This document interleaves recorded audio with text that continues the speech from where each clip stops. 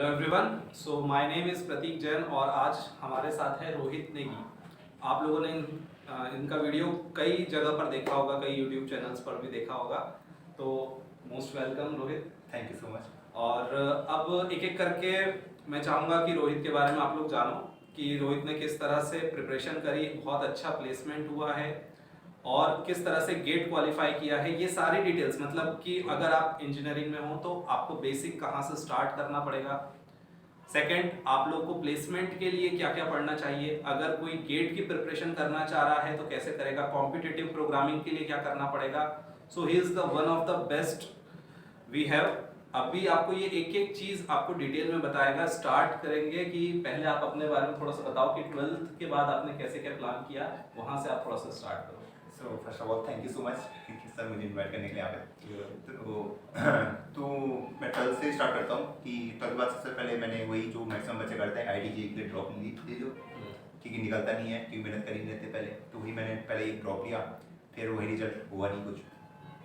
फिर वहाँ से मैं बीटेक करने गया Tier 3 कॉलेज, जीवी पंत इंजीनियरिंग कॉलेज गुरुद्वारी उत्तराखंड में एक कॉलेज है। अच्छा। तो वहाँ मैं बीटेक करने चले गया। तो जब हम घर से बाहर निकलते तो पहली बार ऐसे ही होता है कि थोड़ा डिस्ट्रैक्शन ज़्यादा रहता है, मतलब सेल्फ कंट्रोल होना चाहिए कि तुम डिस्ट्रैक्ट ना हो के फुल फोकस हो अपने करियर के ऊपर, है ना। एक आदमी को डिसिप्लिन होना चाहिए, लेकिन मेरे अंदर नहीं था। मेरे जैसे 80 से 90% बच्चों के अंदर वही होता है कॉमन, बहुत कम बच्चे होते हैं जो डिसिप्लिन रहते हैं। जब मैं कॉलेज गया तो मैंने पहले 3 साल वेस्ट किया अपना, घूमना फिरना, दोस्तों के साथ मस्ती, तो यही 3 साल वेस्ट कर लिए। जब 3 साल वेस्ट कर लिए तो उसके बाद प्लेसमेंट सीजन आया, तो हमारे कॉलेज में एक ही कंपनी आती थी, विप्रो आती थी। अच्छा। तो ऑफ कैंपस के लिए अप्लाई भी किया, तो सोच ही इतनी थी कि हम सिर्फ TCS के लिए सोच सकते थे। ठीक है, मैं TCS को नीचे नहीं दिखा पर वो हाँ, सही बात है, ऑब्वियसली हिट नहीं दे रहा हूँ, बस वो बता रहा हूँ आपको कि हम 3-4 लाख रुपए की जॉब, एक Tier 3 कॉलेज का यही सोचता है कि जॉब मिल जाए मैं सिक्योरली हो जाऊँ, सफिशिएंट है। तो मैं गया था TCS का NQT का एग्जाम देने, तो वहाँ मुझसे प्राइम नंबर का प्रोग्राम नहीं बना। अच्छा। बेसिक सा प्रोग्राम, ठीक है, वही एक लैंग्वेज बनाना था, वो बना नहीं। तो बहुत बच्चों को लगता है कि अभी भी जिनसे बन नहीं रहा है, मैं उन बच्चों को भी बता रहा हूँ कि अभी भले ही तुमसे बने ना बने, ये मत सोचो कि तुम बेकार हो, बस ये मैंने कि तुमने वो चीज़ें शुरू नहीं करी। एग्जैक्ट है ना। अगर मैं तुम्हें कुछ चीज़ें ऐसी दे दूँ जिनके बारे में तुम्हें नॉलेज ही नहीं है, भले वो कितने भी बेसिक हो, तुम नहीं कर पाओगे। तो वही, तो उसके बाद मैंने अपनी गेट की जर्नी शुरू करी। उसके बाद जैसे मैं फाइनल में आया, अगस्त से मैंने जनवरी पूरी गेट की तैयारी करी, या फरवरी में मेरा पेपर था।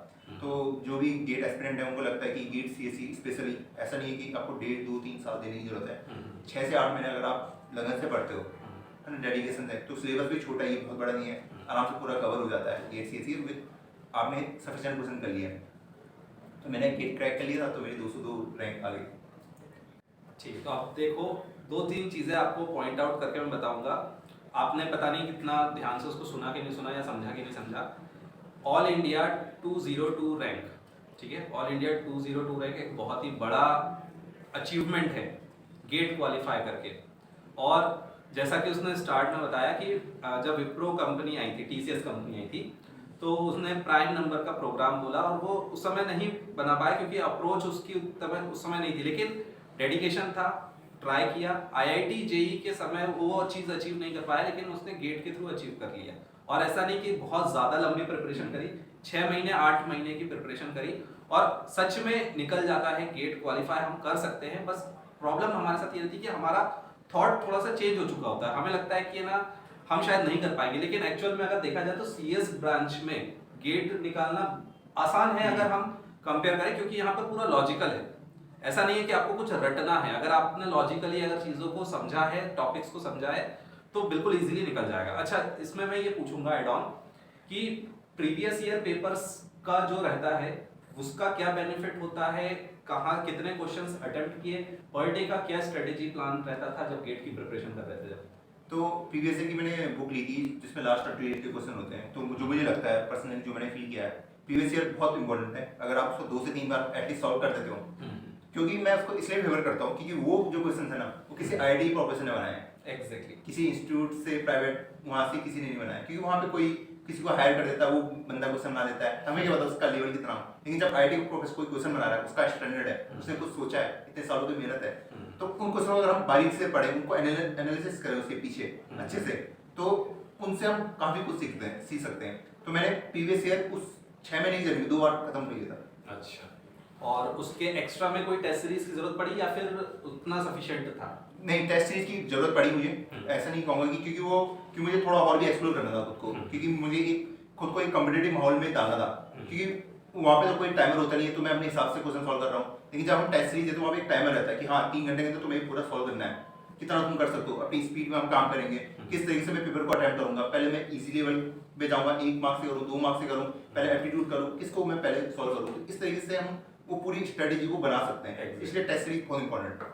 तो जैसे कि आप लोगों को 2 पॉइंट यहाँ पर समझ में आए, जैसे कि अब आप लोग भी अगर आप में से कोई अगर गेट की क्लासेस ज्वाइन करा रखा होगा और पढ़ रहे होंगे, तो आप लोग को पता है कि हम लोग भी जब क्लास में पढ़ रहे होते हैं किस तरह से ऑर्डर में हम लोग पढ़ रहे होते हैं कि पहले हम लोग कॉन्सेप्ट को समझते हैं, फिर उस कॉन्सेप्ट पे बेस्ड प्रीवियस ईयर्स के क्वेश्चंस जो आए हुए हैं उनको देखते हैं। मेरा भी यही मानना है कि अगर आपसे पिछले 20 साल के क्वेश्चंस अगर उस टॉपिक के बनते हैं तो जो 21st ईयर में जो क्वेश्चन आने वाला है वो डेफिनेटली बनेगा। हाँ, वही होता है पूरा। और आपको अगर ये जज करना है कि आपकी पढ़ाई सही डायरेक्शन में जा रही है कि नहीं जा रही, तो उसका भी यही तरीका है। अगर आपने कोई टॉपिक पढ़ा है और उससे रिलेटेड अगर प्रीवियस ईयर के क्वेश्चंस अगर आपसे बन रहे हैं, मतलब आपका डायरेक्शन सही है। अगर वो क्वेश्चंस ही नहीं बन रहे तो फिर आपका थोड़ा सा डायरेक्शन गलत है, उसको सही करना चाहिए। सेकंड पॉइंट जो टेस्ट सीरीज की इंपॉर्टेंस बताई कि हमने कॉन्सेप्ट सीख लिया, क्वेश्चन सॉल्विंग अप्रोच डेवलप कर ली, लेकिन उस आपका जो पेपर का जो टाइम है 3 घंटे का, उसमें आप किस तरीके से पेपर को हैंडल करोगे, किस तरह के क्वेश्चंस को पहले अटेम्प्ट करोगे। आपके लिए नेटवर्किंग पहले अच्छा इंपॉर्टेंट है, डिजिटल इलेक्ट्रॉनिक्स करोगे, ऑपरेटिंग सिस्टम करोगे, लैंग्वेज करोगे, एप्टीट्यूड का पार्ट करोगे या मैथ्स करोगे, ये आप अपने अकॉर्डिंग डिसाइड कर सकते हो और उसको सीक्वेंस में अरेंज करके प्रॉपर्ली मैनेज करके करेंगे तो बहुत अच्छे से हमारा गेट क्वालिफाई हो जाएगा। और 202 रैंक मतलब बहुत बड़ी रैंक मैं बोल सकता हूँ। 6 से 8 मंथ की प्रिपरेशन में लोग बाग डरते हैं कि नहीं हमारा कैसे निकलेगा, अभी भी जैसे कि अब देखा जाए तो 6 महीना करीब बचा है, 6 से 7 महीना अभी भी बच रहा है। तो अगर अभी भी कोई प्रिपरेशन स्टार्ट करे तो वो निकाल सकता है डेफिनेटली। और मैं तो ये बोलता हूँ चलो नहीं निकलेगा, लेकिन कम से कम आप थ्रेशोल्ड पे तो पहुंच जाओगे और उसकी प्रिपरेशन में जो आपका लेवल बनता है ना, वो आप कभी भी कॉलेज की पढ़ाई के साथ में नहीं बना पाएंगे। तो ये तो हो गई हमारी गेट की जर्नी। अब थोड़ा हम आते हैं प्लेसमेंट और कॉम्पिटिटिव प्रोग्रामिंग के लिए कि उसके लिए किस तरह से प्रिपरेशन करें।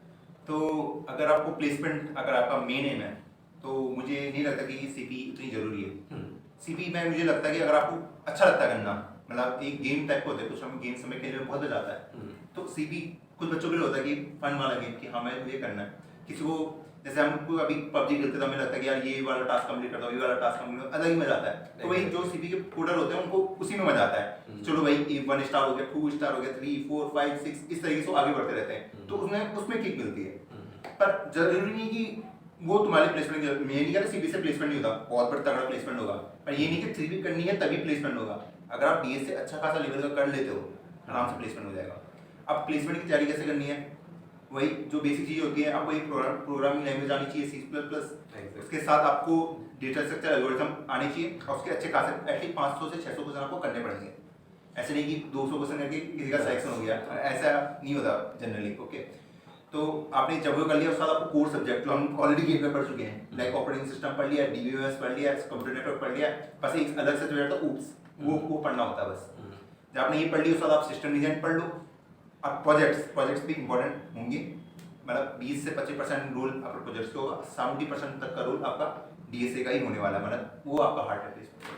तो इसमें आपको ये समझ में आया होगा कि खाली अगर आप लोगों को प्लेसमेंट की तैयारी करनी है तो गेट की प्रिपरेशन जो अगर आपने करी है तो वहां पर उसने भी बहुत बड़ा रोल प्ले कर दिया है, क्योंकि उसने आपको ऑपरेटिंग सिस्टम सिखा दिया है, डीबीएमएस सिखा दिया, नेटवर्किंग सिखा दिया, जो कि आपने डीप लेवल पे जाकर पढ़ लिया है।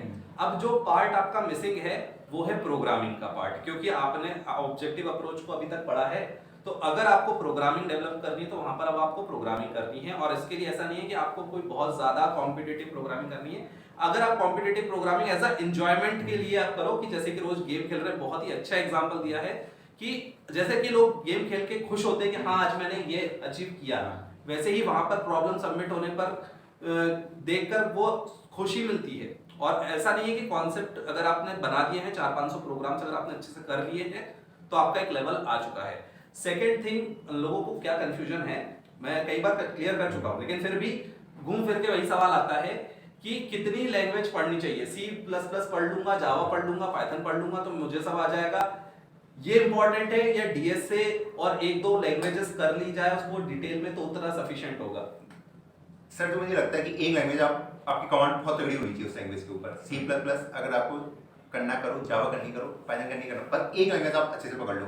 उसके बाद जो अगली लैंग्वेज सीखने का जो पैटर्न होगा, आप देखो आपको प्रोजेक्ट किस पे बनाना है। अगर आप प्रोजेक्ट बना लो पाइथन से रिलेटेड, तो आपको एक हफ्ता लगेगा पाइथन के ऊपर पढ़ने की, हाँ क्या क्या पैटर्न होता है, बाकी सिंटैक्स का डिफरेंस होता है, लॉजिक सब कुछ मैक्सिमम सेम ही होता है कि ऐसे ऐसे काम करेगा। तो जब आप प्रोजेक्ट बनाओगे तब आप पाइथन सीखो, ये नहीं कि आप पहले पूरा पाइथन सीखो 2-3 महीने फिर आप प्रोजेक्ट की ओर जा रहे हो। तो इस तरीके से हमको ये बहुत ज्यादा इंपॉर्टेंट नहीं होता। अगर आपको 7-8 लैंग्वेज आती है, कहीं मैटर नहीं करता।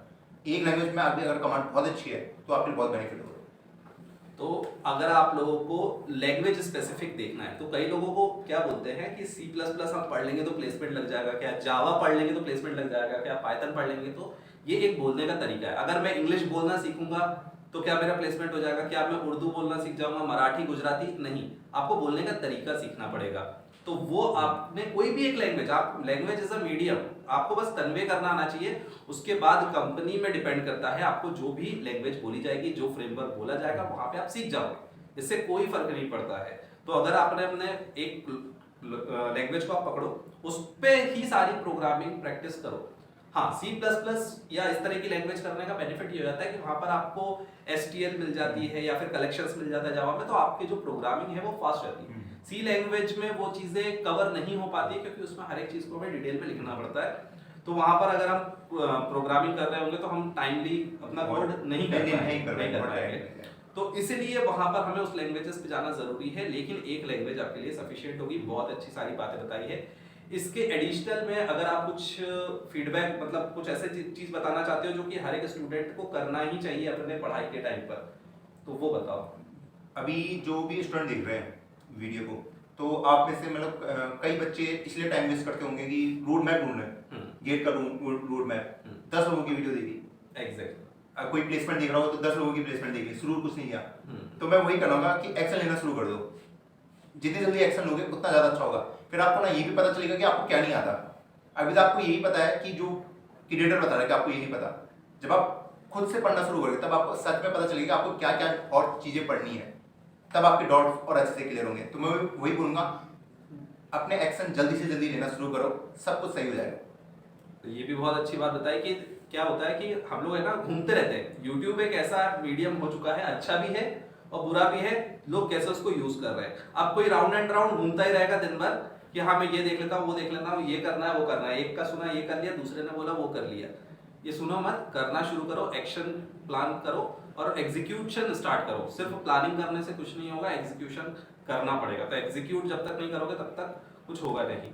तो बहुत अच्छा मुझे लगा कि आप लोग का इंटरेक्शन हो गया होगा, काफी सारी चीजें आपको सीखने को मिलेगी, क्योंकि जब कोई एक इंसान अचीव कर लेता है ना कुछ चीज, उसकी बातें सुनकर हमें ज्यादा फर्क पड़ता है एज कम्पेयर कि अगर आपके आसपास में अगर कोई आपको सजेशन देगा तो कहीं ना कहीं पे हमें ये लगता है कि पता नहीं उसका सजेशन सही है या नहीं, और हमें डाउट रहता है। लेकिन अगर कोई एक सक्सेसफुल इंसान जिसने कि वो सारी चीजें अचीव करी है, जिसने बहुत ही अच्छा टॉप का प्लेसमेंट लिया है, ठीक है, टॉप रैंक से गेट क्वालिफाई करा है, हर एक चीज अगर किसी ने बहुत अच्छे से अचीव करी है, तो आप सच में उसकी बातों को सुनकर मोटिवेट भी होगे और उसको फॉलो भी करोगे। तो इसीलिए यही एक मोटिव था मिलवाने का। और भी अगर आपको कोई डाउट लगता है तो नीचे कमेंट सेक्शन में लिखना, पूछना, वहां पे अगर रोहित भी रहेगा तो थोड़ा बहुत रिप्लाई कर देगा। और अगर लगा ऐसा कुछ टॉपिक लगा तो हम फिर से भी इंटरेक्शन करके एक और वीडियो डिस्कस कर लेंगे आप लोगों के डाउट्स के लिए, ठीक है। तो थैंक यू वेरी मच, आपने बहुत अच्छा इनको गाइड कर दिया और आगे भी हम लोग मिलेंगे तो प्लान करते हैं। Thank you so much sir. You are welcome.